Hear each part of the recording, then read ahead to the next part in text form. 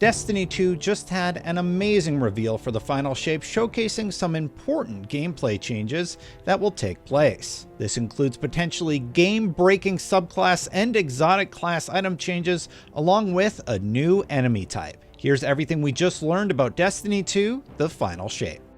New subclass. One of the most exciting aspects of Destiny 2 The Final Shape is the fact that you'll now be able to start wielding light and darkness abilities at the same time. This upcoming character subclass is called Prismatic and will allow you to mix and match existing powers your Guardian has gained over the years to make deadly and creative combinations. New progress bars underneath your normal super bar will build up as you do damage to enemies using light and dark elements, eventually allowing you to lay the smackdown on them. Once those bars have filled up, you can activate a new ability called Transcendence. Once activated, your character will do a cool new animation, and you'll be able to use subclass blending abilities like a grenade that combines light and darkness together. Hunters get a tornado of fire and ice, Titans wrap and zap with strand and arc, and Warlocks create wormholes of stasis and void. Your weapon damage will also stack with other damage bonuses like void, and your grenade and melee will instantly come back once Transcendence is cast.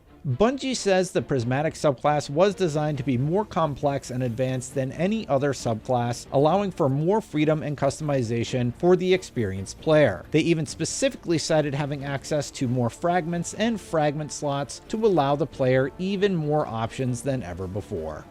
And so you're, jumping in, lightning surging, that's killing a bunch of stuff. You're activating Devour.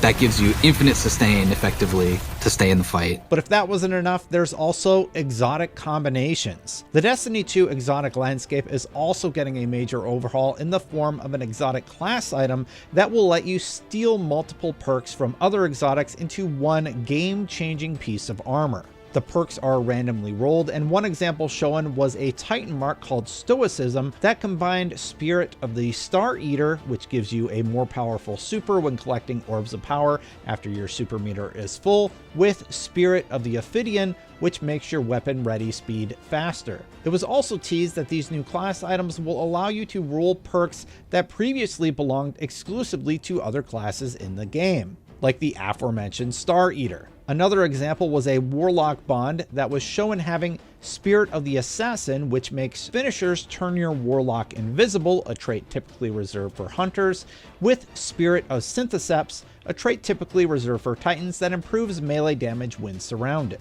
I have to imagine that's going to create for some very interesting combinations. New enemies. Bungie also announced the first new enemy faction in Destiny in 6 years, known as the Dread. This monstrous horde includes many new creatures like these large winged bats that carry guns. Joining the Tormentors from Lightfall and the previously announced Subjugators, we'll also see the Grim, Husks, Weavers, and Attendants join the fray. In addition to their guns, and I cannot stress enough how weird gun-toting bats are, the Grim also can screech at you to suppress your abilities and slow your movement, turning you into a sitting duck. The Husk is a melee-based opponent that will rush you with dual blades while performing acrobatic feats like a complete show-off. They also have an interesting mechanic where, when killed incorrectly, another enemy called a Geist will pop out of their body and hone in on you before exploding. The Weaver and Attendant are the final new mobs announced and utilize Strand and Stasis respectively to push and pull you around the map. If you're prone to falling off of the map or getting smashed against the wall and dying, you're probably going to hate these guys if Bungie's physics continue to be what Bungie physics are.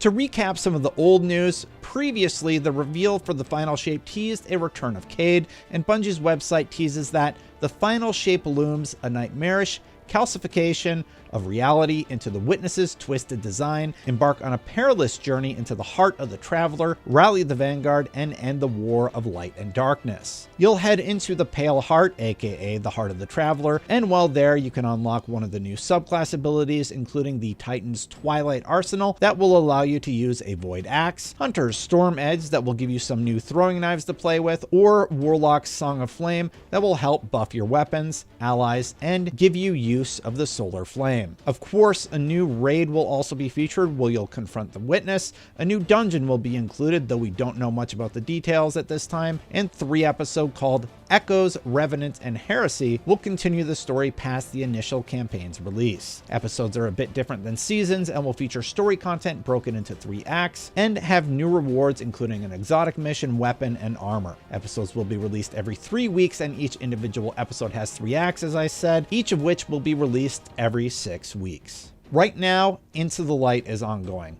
While we wait for the final shape, Destiny 2 has all the seasonal content from last year in the game, but they will also have another limited time event called Into the Light, which is ongoing right now. There's a new social space, new rewards, and a new mode called Onslaught, which is a wave-based mode akin to the Gears of War Horde mode. All of that should keep Guardians busy as we wait for the final shape, which will conclude the Light and Darkness saga that Bungie has been building for the last 10 years. As someone who's been there since the beginning, I'm excited to see its conclusion with the return of Cayde 6 and wonder what will happen in the conclusion. Will the Traveler die? Will we defeat the Witness? What was the Veil again? Keep it locked as we discover the answers to those questions and more right here on IGN.